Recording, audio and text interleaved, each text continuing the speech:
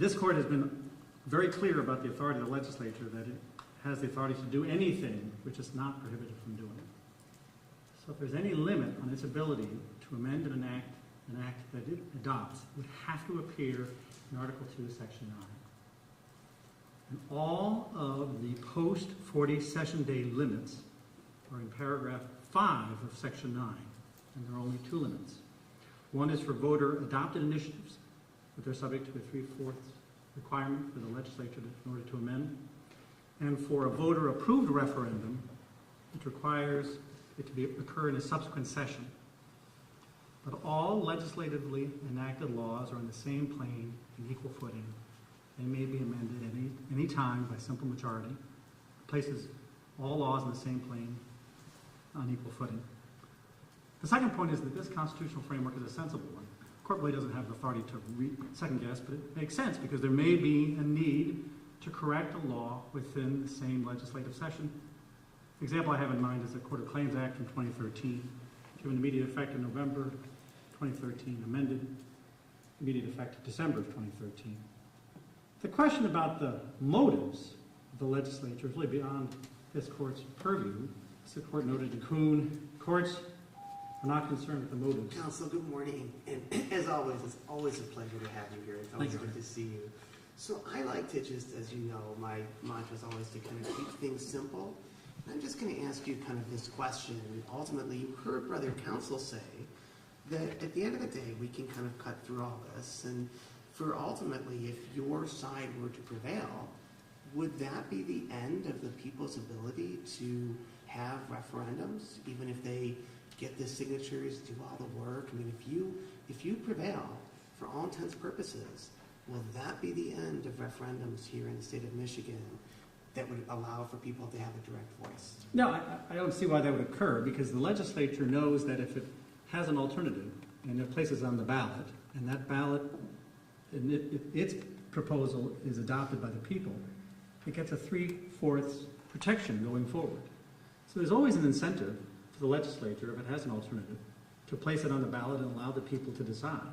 And of course, there's always a risk. But it comes back to the legislature, right? At the end of the day, if you have a legislature that's unfriendly for whatever purpose or whatever reason or forever who's in control, if that legislature is concerned about a specific issue, that issue won't come on the ballot, correct?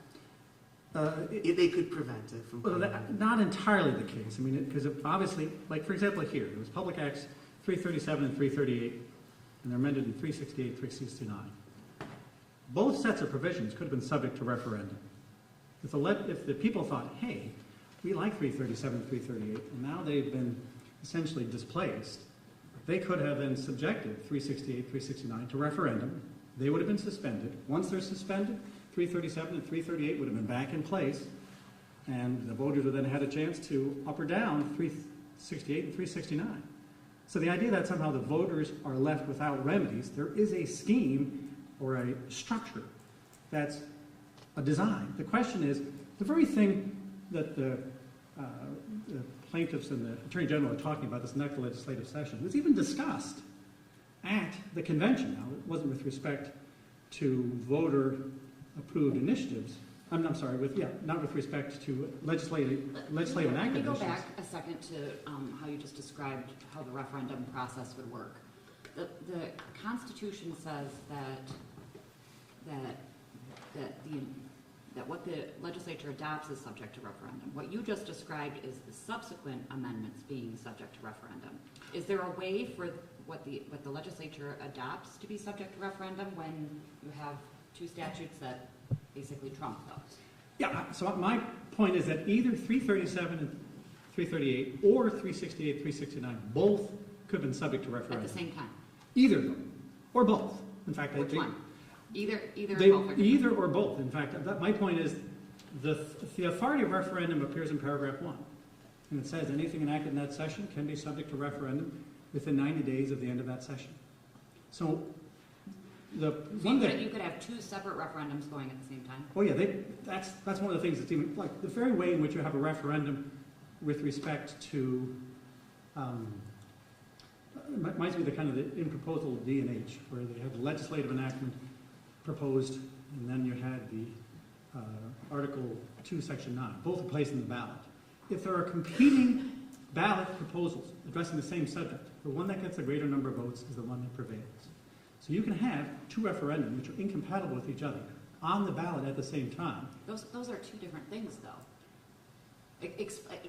What I'm trying to understand is, with what happened here, could what was adopted by the legislature originally, could there have been a referendum on that after those new statutes amending that were adopted? Yes. Okay. And that's one of the examples we provided, was keeping Michigan wolves protected. You had an act, it was amended within the same session, but the unamended act was subject to referendum, even though it had subsequently been amended within that same session. Because you would agree that what the Constitution is providing for here is for the people to have the opportunity to say, we don't want either one. Right. So both should be able to go to the people. Yeah, but I think that for me, that's such a critical point. The Public Acts 337 and 338, even after amended, could have been subject to referendum. The reason that's so important is it seems to me that the court has to follow the text of the Constitution. That's how we know what it means. And one of the arguments is that subject to referendum means that it can't be amended during that same session. But of course, all legislative acts can be amended within the same session, and it doesn't foreclose the ability to bring a referendum with respect to the original act, even if amended during that same session. So like the Court of Claims Act, when it came in November of 2013, and then it's amended in December of 2013, the people could have brought a referendum with respect to either of those acts, because it occurred during that session. Either or both. Either or both. Counsel, how do we square, your argument about Section 9 with the fact that the drafters of the constitutional amendment very clearly stated the different pathways that this was going to work? It's quite a specific provision, more specific than we usually deal with, frankly, when we're having to interpret what the Constitution means. And so I certainly am understanding there's this argument about sort of silence as to what happens and when the legislature can act as opposed to an initiative. It's specific to referendums, I understand that. But it's really specific on the pathway. Either adopt it, not adopt it, it goes on the ballot, or not adopt it and do an alternative proposal. Those are the options. So we obviously are inserting a new option here that's not in the Constitution in a section that's supposed to be liberally construed in favor of the people. Well, I think the answer to that is that the three options are localized to the 40 session days. This would be a different question if we had the Washington Constitution, the Maine Constitution. Their language doesn't say 40 session days. It says during the regular session. In other words, to take the limits of within 40 session days and to place it into the entire session reads out that language from paragraph 3 of section 9. This would be a different case if it said they have to act within that session, but it doesn't. It says those three options are only within those 40 session days. After those 40 session days, the limits that are designed are in paragraph 5. And paragraph 5 is silent with respect to what happens to legislatively enacted initiatives. So I think that the language is unambiguous, but if you look at the very discussion that occurred at the convention itself, Delegate Kuhn says this very thing, that once the legislature enacts the law that's been proposed, they have total control. They can do what they see fit. Now, they weren't addressing timing, I get it, but that same delegate, 3 minutes later, in the next page, is talking about a voter initiative petition. They put in the 3/4 requirement, and he then says to Dean Hutchinson, hey, maybe we should do a next legislative requirement, next session, with respect to voter-approved initiatives. And Hutchinson says, no, the 3/4 requirement is sufficient. They're having the very discussion about whether there can be amendment during the same session. And the same part of the Constitution at the time that Delegate Kuhn says they have full control, they can do whatever they wish. And the point, of course, is there may be a need to amend an act during the same legislative session. But Delegate Kuhn, of course, disagreed with this whole provision generally. He wasn't a big fan. Well, that may be the case, but the question is, what was the understanding? If it seems to me that if this court wants, if there really were a remedy that the court was looking to design, it wouldn't be a next legislative session. It's not clear to me why on January, this would have been very different. Instead of it being December 13th, it was January 1st or April 1st. Why would that matter? It still seems like it's an end run around, right? The real remedy would be if there's an initiative that's adopted by the people, you want to provide it the same protection, you would give it a 3/4 protection, 3/4 vote requirement. If the claim here is the legislature is fearful that people would have adopted it, if they had adopted it, it would have the 3/4 requirement protection. The next legislative session doesn't exist. These limits that are being proposed don't exist. And insofar as there's this 3-option analysis, you have 3 options, there's no 4th option. Well, there's no 5th option either. There's no suggestion that the legislature has the authority to amend an act in the next legislative session. The only way that this could be, the 3 options could be localized to the session would be if the language of Article 2, Section 9, Paragraph 3 had been different. I mean, it says that they have to do it, enact or reject by the legislature without change or amendment within 40 session days. Now, if it said within that session, this would be a different case. It would be like the Washington case. But that's not what Counsel, happened. do you see how the general populace tends to lose faith? They did all this work. They put something on the ballot. They did everything that was required. The legislature took, and just to keep it simple, legislature said they were going to take it up, and then ultimately it ended the way everybody anticipated it would end. And I guess the question I would pose to you is that I understand the position that you're taking, and I get it. But at the end of the day, when you're talking about this as it pertains to kind of people's perception, confidence, faith, and trust in governance, does the scheme, does the practice, does what happened fit really the general perspective of letting the people have their day? I think it does, and here's what I'll say, because frankly, from 1963 to now, some things have changed in law and in culture, frankly. But in law, the big change is the 1994 term limits. Like one of the arguments we've pressed is this court has in different settings talked about possible remedy being another initiative or referendum or the ballot box. And of course, I think it was the ACLU amicus brief said that the entire Senate turned over from 2018 to 2019, and only a minority of the House were still in office the following term. But those are changes that the people in 1963 didn't have before them. They didn't know that there would be these term limits. But the meaning of the Constitution doesn't change because in 1994 we created term limits and created a less responsive body of legislators. Ordinarily, if I thought, hey, I have an idea, we're going to adopt this and change it and go right in the face of the voters when there's overwhelming support for it, usually the legislator thinks, I fear that I may be tossed out of office. The people in 1963 thought that very thing, right? They thought, no one's going to defy the people. They're not going to do things. If there's a need for a change, they'll make a change. We've given them that authority. And if they don't do what we wish, we will not elect them again. And of course, they always maintain their authority for referendum. All that's happened here is that all legislatively enacted laws are placed on equal footing in the same plane. The question is, could the Constitution have been designed differently? Yes, we could have had Maine, we could have had Washington. We don't. The 3 options only during the 40 session days. The limits are in paragraph 5. The 3/4 requirement for voter-approved initiatives. You have a next legislative session for voter-approved referendum. For voter-enacted initiatives, there's no limit. So just keeping it simple, your response is really, okay, the people have to, if the people are upset, they have to wait until the next election. Is that basically your response? No, I think that here, frankly, what could have happened, if they didn't like 368, 369, the initiative requires 8%. Referendum requires 5%. They could have brought a referendum against 368, 369.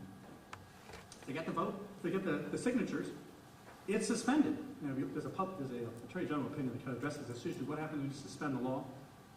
The prior law would go back into effect. 337, 338 would have been revived during the intervening time. They would have had a vote on 368, 369. They vote those down. 337 and 338 were back in play. I mean, they were already in play during the interim, they'd be permanently in play. This idea that somehow the people have been cut out of the process is wrong. The framework has been given to us by the Constitution.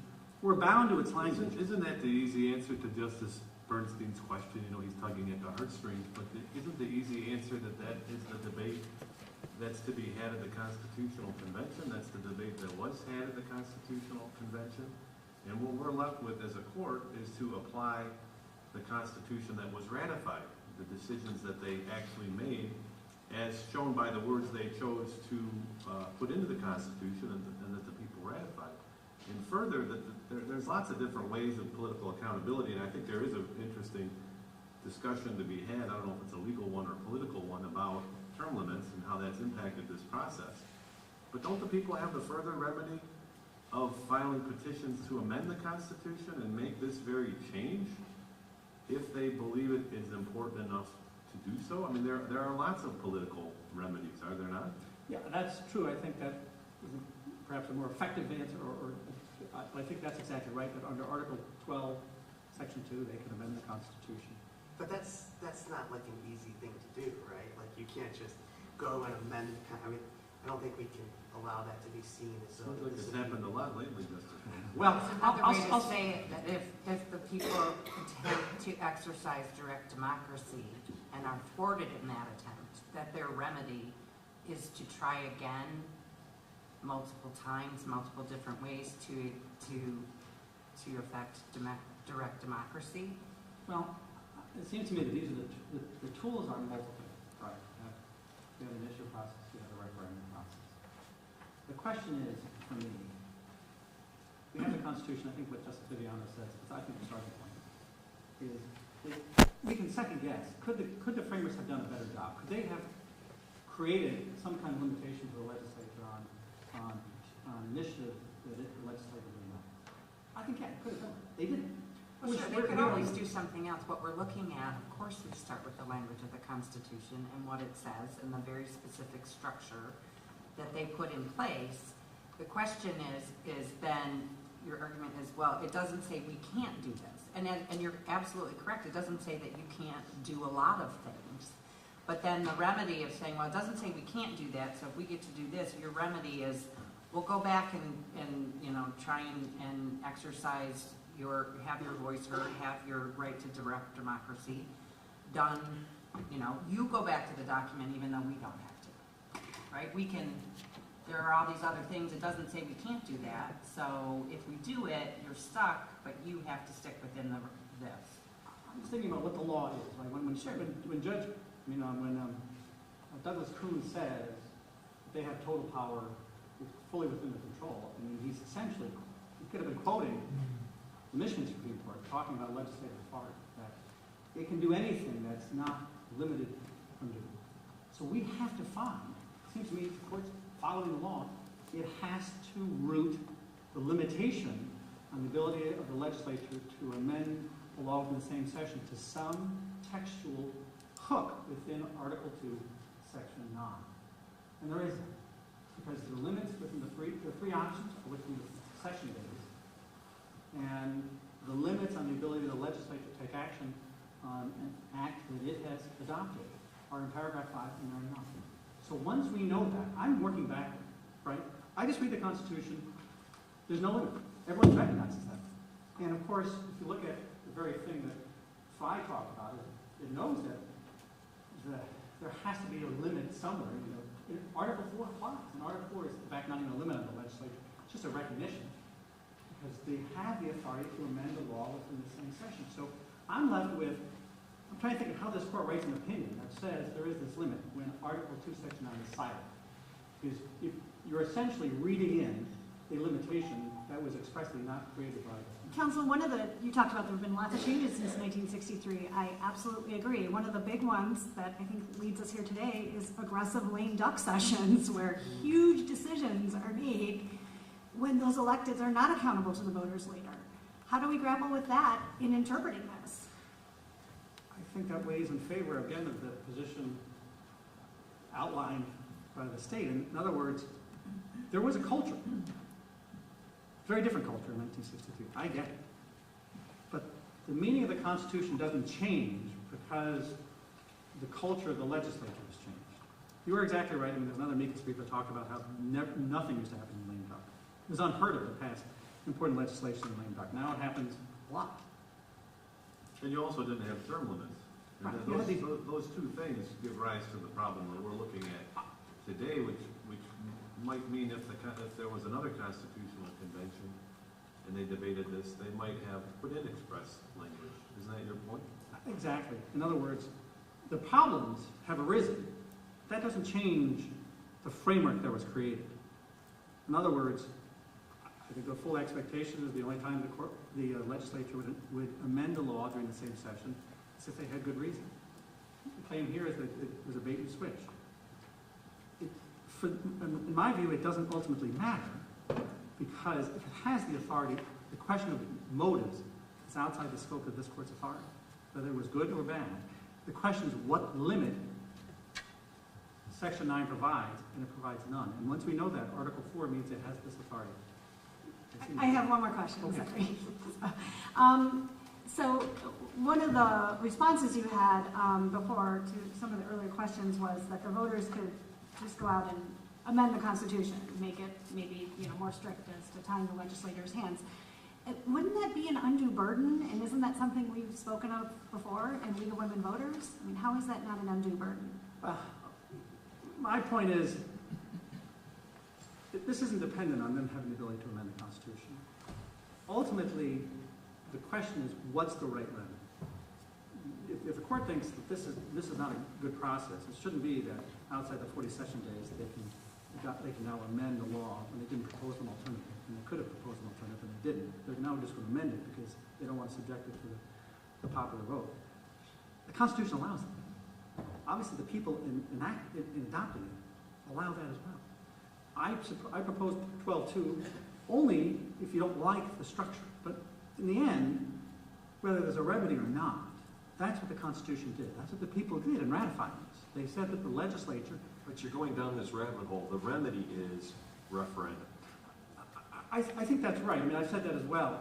But insofar as you're not satisfied with that, in the end, the court is not the constitutional framers. The court is just looking at what they've done. You're historians. They did this. Is this the right answer? I'm not saying that this is what I would have adopted. I'm not an advocate for, well, yeah, this is a great process. This is exactly how it should happen. They should be able to, after those 40 session days, be able to amend the law contrary exactly to the very framework that was passed in the first place. Is that a good idea? I'm not weighing in on that. My only point is, you're saying there's a limit, or the question to say, advocates here are suggesting there's a limit, and there's not. That just doesn't exist. Article 4 gives the legislature this authority. It has not been limited in Article 2. That's the end of the question. The remedy answers, I'm trying to look at, think, what's the design, why? But those are all second parts of the question. The first question is there a limit? There's not. I have used all my time. I have nothing further. I'd ask the court affirm the Court of Appeals. Thank you. Thank you. Good morning. Gaten Givillariash, on behalf of Michigan Manufacturers Association, Chief Justice and Justices of the Michigan Supreme Court, may it please the Court. What we're ultimately dealing with here is a piece of legislation that is claimed to be unpopular, ill-conceived, or ill-motived, or all three. There's a superpower that the people hold that, to Justice Sauer's point, is written plain as day in the Constitution. Right in the article we're dealing with, called the referendum. If it's good enough for every other piece of unpopular, ill-motived, ill-conceived legislation that the legislature might come up with, why isn't it good enough for this? If they had actually used that power that they have, we would not be here today.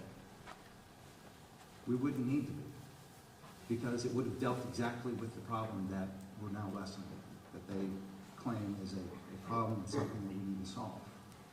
The solution was back then, and nobody has ever had a better head start on a referendum than when they have a petition with the signatures of almost twice the number of voters in all their addresses.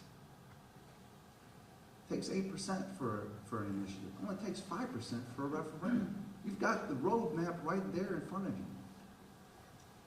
Go use it. That's what it's there for. That is the solution to the claim that the vote was taken away from the people. Have a referendum on the initiated law. Then the people get their vote. That's the answer to the claim that the legislature is going to do this every time. I tell you, if you issue an opinion that explains and reminds the people that they can have a referendum, regardless of whether there's an amendment, which has to be the case, and I'll explain that in a minute, everyone's going to know what the game plan is. And the legislature is going to think really hard before it ever does this again. Because if they had filed a petition for referendum, the exact law that they didn't want, that they adopted and made an initiated law, would have been the law for the next 2 years until there was a general election voting on that referendum, because it would have suspended the amendment, and that law would have gone into effect. I'm not going to tell you this wasn't an amendment. It absolutely was. And I think it's one that they would be ill-advised to ever try again after this case, for that very reason. But that's the solution. The remedy is written into the Constitution, and it is not the court's place to displace that remedy with its own prophylactic rule, because that's what it would be if you applied the rule of barring the same session amendment that is already in there but only applies to approved laws, and apply that to initiated laws. If they wanted it there, they knew how to put it in there, and they would have done so. The Council, have to construe it as and intentional. it's always a pleasure to have you here as well. You guys have a great team on both sides. Does it matter what the intent of the legislature was? In adopting the amendment? Yes. No. It doesn't. So No. even if they, hypothetically, just to kind of initiate this point, so even if they were to say, we are taking this action, let's say they came out and said it specifically, we are taking this action for a specific purpose so that it will not appear on the ballot. Absolutely no difference whatsoever. So they could just do that. They could say, we're here to announce to the world, this is what our intent is. We are doing this because we don't like what this proposes. Yes. And so as a result, we are going to take this action to make it so that it doesn't appear. Motive is Doesn't not matter. the issue. I understand it's not the issue, but there'd be no issue with that. They could just go and announce it from the rooftops that this is why they're doing it. Obviously, it would be unpopular, I think. Well, so that's the disincentive for doing that. I But understand. they're not, there are probably lots of legislation out there that's ill-motivated. I got it. It's not the court's job to look at. My point was that they have this kind of unbridled power to do it to such an extent to say, even if we're doing this for this reason, so that we cannot allow the people to have their voice. And they could say that, and they have the power to do it, to show the length and nature of the influence or power they have. Well, Over but this that's the problem. It's false to say that that's actually what they would be doing. They can't take the people's vote away, because the people have the referendum power. They can take that petition with the 8% of signatures. They can go to all those people that were obviously interested in this issue. They only need a little more than half of them to have a petition for a referendum. They have the roadmap, they have the tools. No one's ever had a better start on a referendum. If it's good enough for every other unpopular, ill-motivated, ill-conceived law, which the ratifiers deemed it was, it's good enough for this one, and it is not the court's place to say it isn't. That was the ratifiers' choice. This court's job is to defend what the ratifiers did. Counsel, you did make the point that obviously the electeds, if they vote on something very unpopular, they're obviously accountable to the voters. How does that work in a lame duck? Well, I'm not talking about accountability to the voters through the political process. I'm talking about the power to directly interfere with what the legislature was trying to do. If they have a referendum, just filing the petition destroys, thwarts, if you want to use that word, what the legislature was trying to do. It suspends the amendment. and the legislature is powerless to do anything about it. That's the key remedy. And you've all been hitting on that. That's the important issue. That is the important thing to take away from this oral argument today. Have any further questions for me? Particularly, obviously if you disagree, I would like to know that too when we talk about retroactivity. But All right, I'll go ahead and bite. Give me your thoughts. I've been asking everybody about what a remedy would look like if I were to, agree with brother and sister council. So. well, in my view, this is what, if you were to disagree with me, you would be imposing the prophylactic rule because it's not in the Constitution. Okay. That should be prospective only, period. Because no one anticipated that this prophylactic rule, they may have anticipated that the court would want to do this, but it had not been done. This is the quintessential time, an issue of first impression and a rule that didn't exist before, where you would only apply it prospectively, because the people who are going to be So how would we do that? So assume I agree with you. How would we do that? The law was tied specifically to both the initiative that the people were moving forward and getting signatures on, and then what was adopted. Very specific timeline. So how would that work? There's two ways to think about prospectivity. One is the rule prospective or retroactive? If the rule itself, this prophylactic is prospective, you apply it to transaction occurrences that happen from the time of the court's decision forward. The amendments happened before, so the rule doesn't apply, and the amendments remain valid, and we move forward. And the next time this issue happens again, this opportunity happens again, the legislature will know that they can't do it. Okay? And we won't be put in this situation where plaintiffs wait 2.5 years to file a lawsuit. It takes 2 years to get to Michigan Supreme Court. People have relied on this thing for 5 years now. The other way to look at it is the amendment prospectively invalid or not? If you are going to apply the rule retroactively, is the effect of that going to be prospective only, such that employers are not on the hook for back pay and earned sick time that wasn't given? I mean, the injustice of that. They didn't do anything. If you disagree with me, it's the legislature that supposedly goofed it, not the employers, so don't punish them. So you have the effect would be prospective, but you try to hold as close as possible to the legislative intent in doing that. And the best way to do that I can think of is to apply the graduated system that was originally conceived, because it was very important, obviously, that this be implemented on a graduated basis. The specific dates, I think, are less important, and there's frankly no way that you can have it both ways. You would not be able to have it both ways, where you'd either have to adulterate one part of the statute or the other, one intent or the other.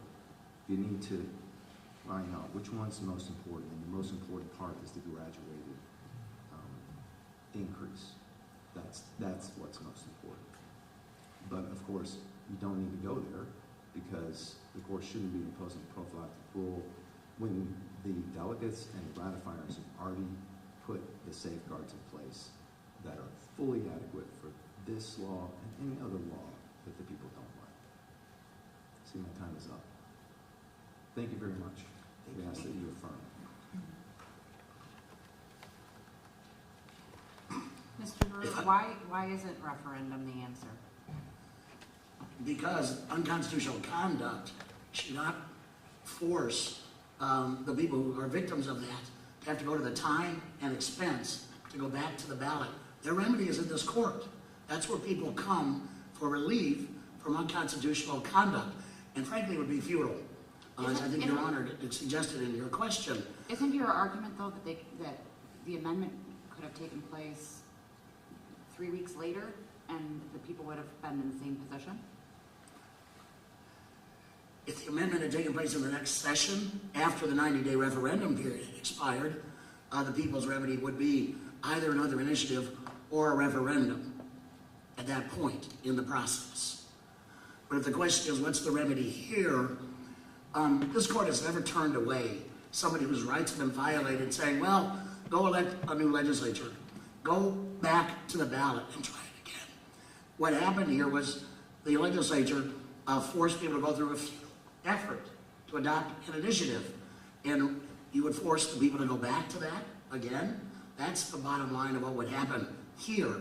Why would it be futile, though? I mean, if the voters had, they thought this was going to go through, the legislature adopted it, then they gutted it, and now everybody who was in support of the initial language going into effect and becoming law is exercised to say, hey, wait, this wasn't what we intended, and that was really not good conduct on behalf of the legislature. Why is it futile? Why wouldn't they then have been able to collect even less signatures, 5% versus 8%, to initiate a referendum and immediately suspend the law, as your opposing counsel suggested would have been the course?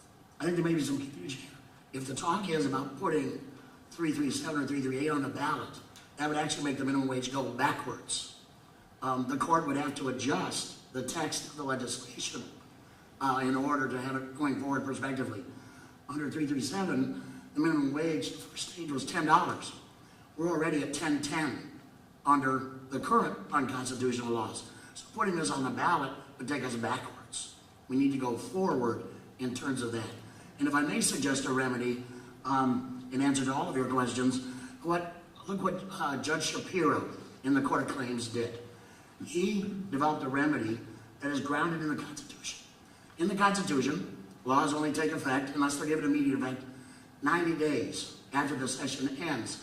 That is a natural transition period to enable administrative agencies, employers, and others to adapt to it.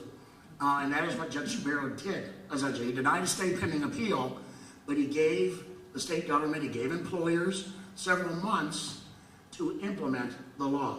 He said 337, 338 are in effect, but I'm going to give this time to, again, everybody affected to implement it here. I think that's the appropriate remedy here. Under the case law, 337, 338 should spring back into effect, and if this court wants to establish a transition period so that nobody is taken by surprise, nobody's immediately in violation of the law, that would be perfectly appropriate.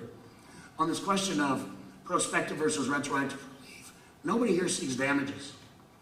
Well, plaintiffs only seek prospective relief of the implementation of 337 and 338.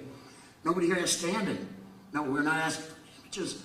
Damages for another case, for a future decision in terms of whether what the court does, and we hope it strikes down these laws, is retroactive. That's not this case. We seek prospective relief of a transition period, assist the court. That's a remedy grounded in the Constitution. Not this idea that the remedy must be, we have to go back to the ballot with a brand new initiative. This court has never forced... Can you go back to the question I asked Ms. Sherman? If Article 2, Section 9 doesn't say that the legislature cannot do this in the same session, it also doesn't say that they can do it in the next session. So can you tell me... Yes. Tell me how it can be both. Yes. That's a structural argument. And every case cited by the state, when they argue plenary power of the legislature, unlimited power to do it, is an Article 4 case. Under Article 4, with a couple of textual exceptions, the legislature does have plenary power. Nobody disputes that. We're not in Article 4 here. This is Article 2, Section 9, whose first sentence says, the people reserve the legislative power. So that's where you start. And then the question becomes, from that reserved power, entirely reserved, what powers have the people delegated to the legislature expressly?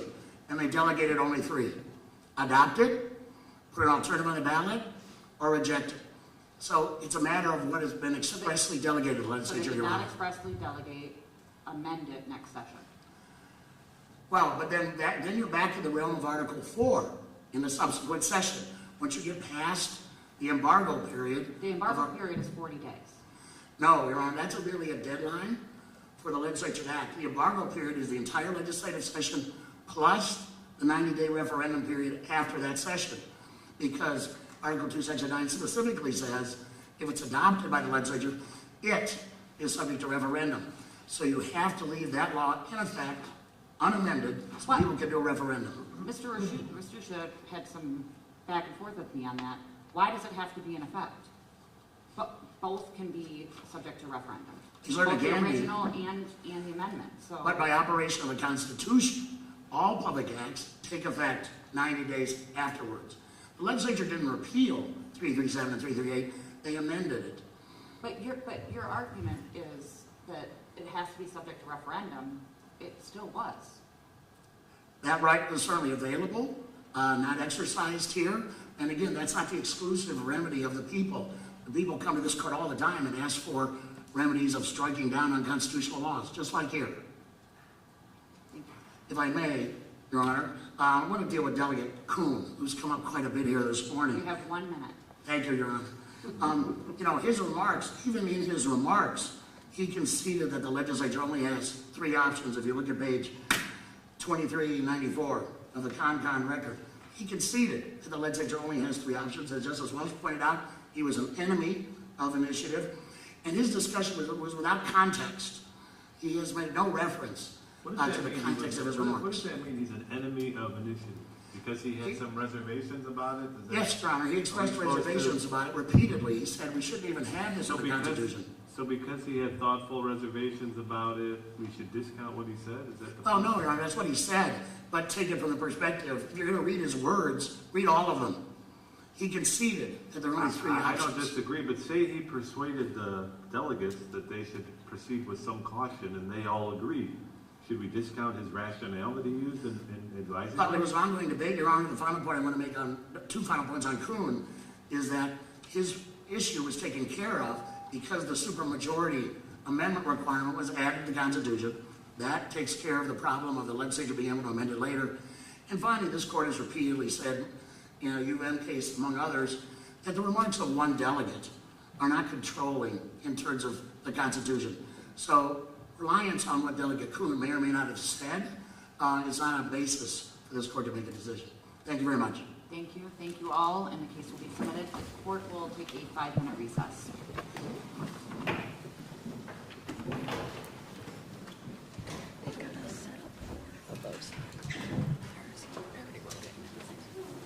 So I wonder if they leave this stuff here, we gotta take it all out there. Ken, what are you gonna do? We're gonna do a live bow shot. They've been pulling stuff from the stream to prep up a bow shot for us. You don't need me to shoot anything. Yeah, I'll have you to just operate the camera while we go live. You're gonna talk, okay. And where do you, I guess we could go out into the lobby to do it. so you're gonna grab somebody? I am gonna ask them if I could talk to them after the live, Okay. after the live shot. Okay. But they pulled a shot from Justice Bernstein while he was talking. Okay. And then some VO. And I'm gonna see if I can grab Michigan manufacturers. Well, and it's gonna, you're gonna shoot it, we're gonna shoot it for cool. Is that what they're doing? No, it's live. Like, Going live. yeah, it's a live So, shot. that's off the top of the 11? I think right, like in the A block. All right, so they're gonna be back in session here. Yeah, it was a little last minute. Yeah, I wonder if we'll be able to come back in and grab stuff and go. I think you come in now. Yeah. You can ask. Did I get you? I'm sorry. Would we be able to come back in and get the rest of our gear after we finish up here? Thank you so much.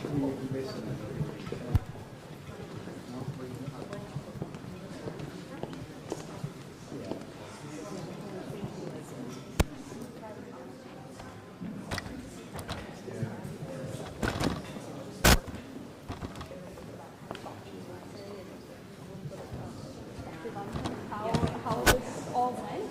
Wanted to see if you'd be interested before you head out for the day. Information office, how are you? Okay. That is totally okay. I figured I'd ask. going on at and I'll just 11, make she's sure gonna- you might do my due diligence, but Just want to make sure no, not a problem. just want to make sure you're aware because it's not going to be a first opportunity. Just want to make sure there's nothing that looks I think you're gonna do a stand-up out here, right? We're gonna do a live for our 11 a.m. broadcast. So just a short, like a VOSOT. Okay. So a little bit of B-roll and then a soundbite from in there. I think it's probably like 15 seconds total. So we'll probably go like right off the top of our 11 o'clock show.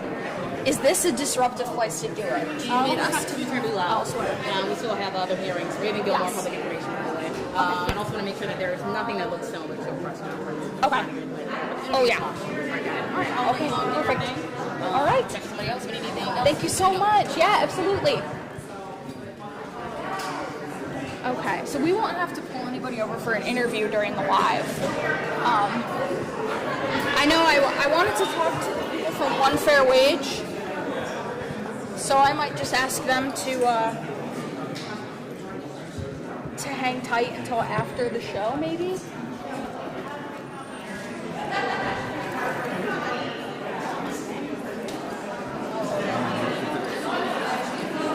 want to talk to some of the guys that did the arguments, or?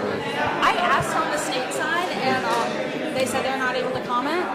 But the people from One Fair Wage on the opposite side said they'd be able to.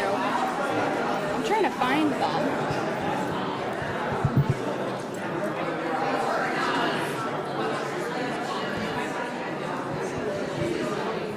So, you follow all that? Yeah. I had actually done a story on it before when they collected the amount of signatures that they need for the ballot posters. Because they're putting something on the ballot in this 2024 election that's going to be a $15 wage. So they're kind of starting from scratch here, but there was still this kind of pending argument. So it's 337, 338 is what they want, and then 360 is what kind of struck it down. Yeah.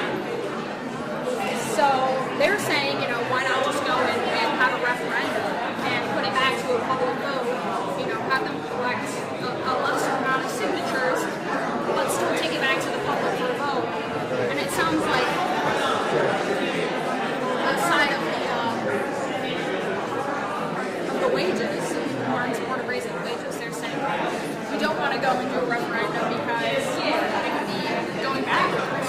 They did that once, right? Did they do that once? Is that how they got the 337, 338? Was that a I don't referendum? think so. I think that was the amendment.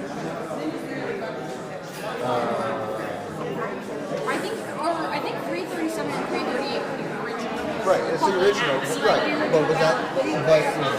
Yeah. I forgot. And when was it? That wasn't this year. No, that was 2018.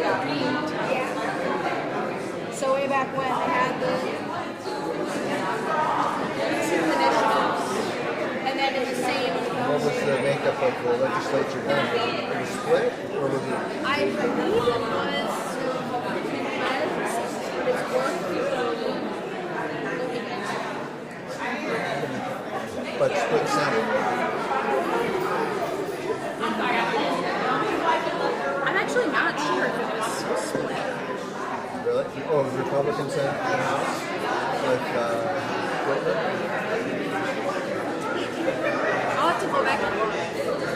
Just to be sure.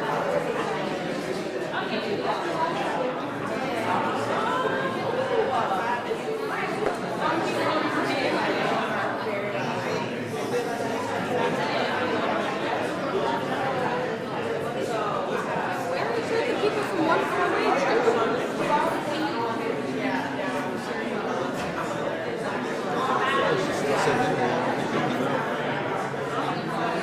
Yeah, because I didn't see them, so I mean, I have that lady's cell phone number, so.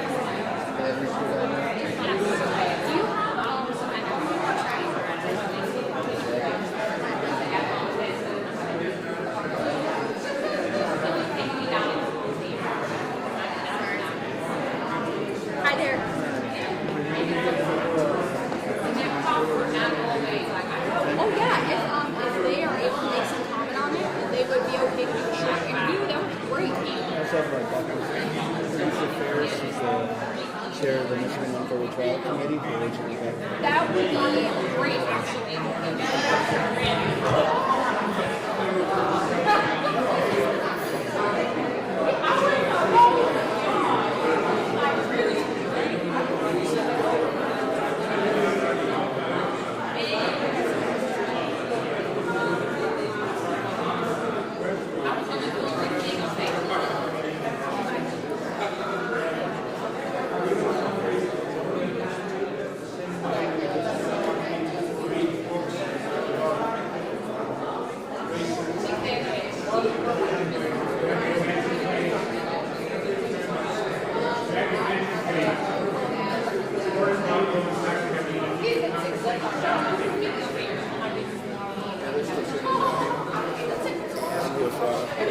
Michigan, I was going to bring Dr. Ferris over. Oh, hello. Michigan One Fair Wage. Oh, great. Hello, nice to meet you. This is Crystal. Oh, hello. With us, and we're going to people will be impacted by this case. So we'd like to speak with. Yeah, that would be great. Would you like to do a couple of questions right now? Okay, great. We're going to do a couple of questions with them really quick. I just let Noelle know that we're going to do this right before the show. Okay. Can I have you stand right about here? Perfect. And then I'll let you do that.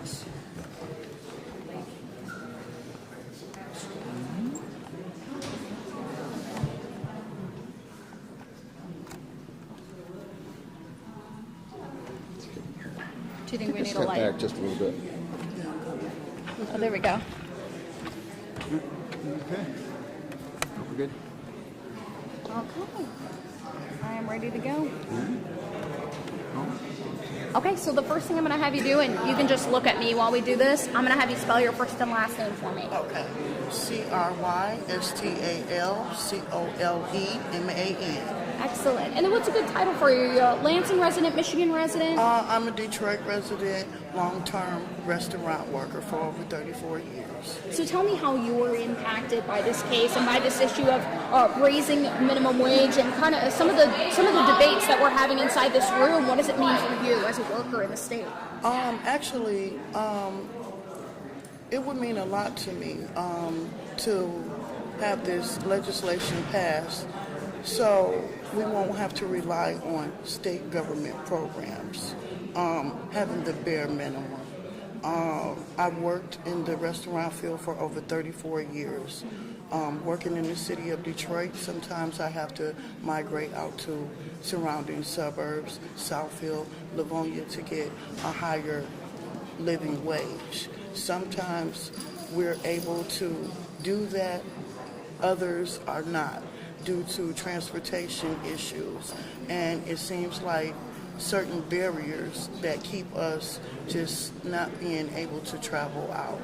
So I believe this legislature would benefit all of us, restaurant workers, and provide a more stable economy for us, not having to rely on food stamps, Medicaid. We deserve time off, sick pay, leave, and those are some of the issues that are just being overwhelmed by us restaurant workers. 90 hours in a 2-week pay period, 180 hours, and not being able to have the time off.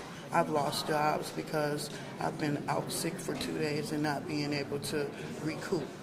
So this legislature would benefit us very much. How would it change your life to maybe see an increase to a $15 an hour minimum wage, see an increase to the tip wage, see more, leave for workers? How does that change your life if that were to happen? Dramatically.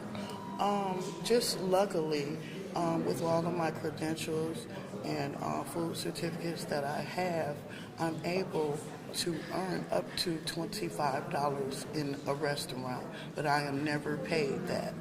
That, to me, is like me working a career and I just don't get no advancement.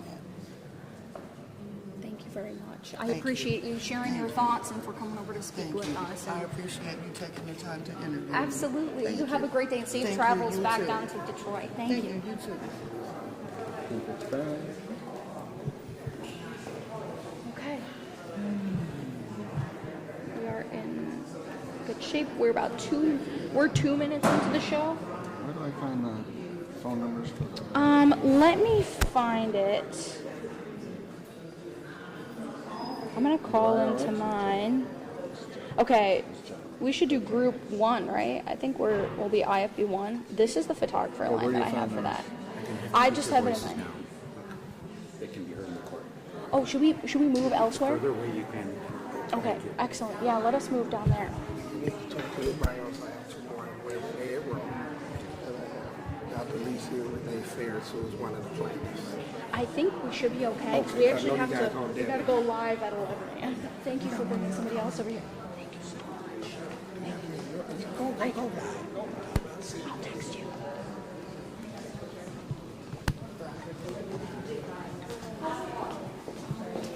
I don't know where we're gonna go.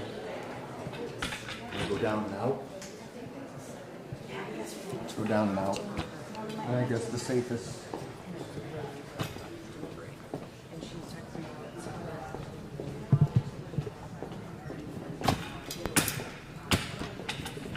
I think, can we come back upstairs to get some of this stuff? Yeah. Just, you want your jacket? Or not jacket? Are we gonna go outside or We just? could just go to the lobby, I think. Okay. We're good.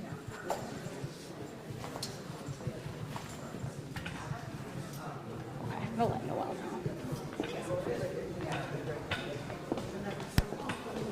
Okay. Hey Craig, How how you are doing? you? Good. Good. Nice to see you out and about. Yeah. With Channel 10.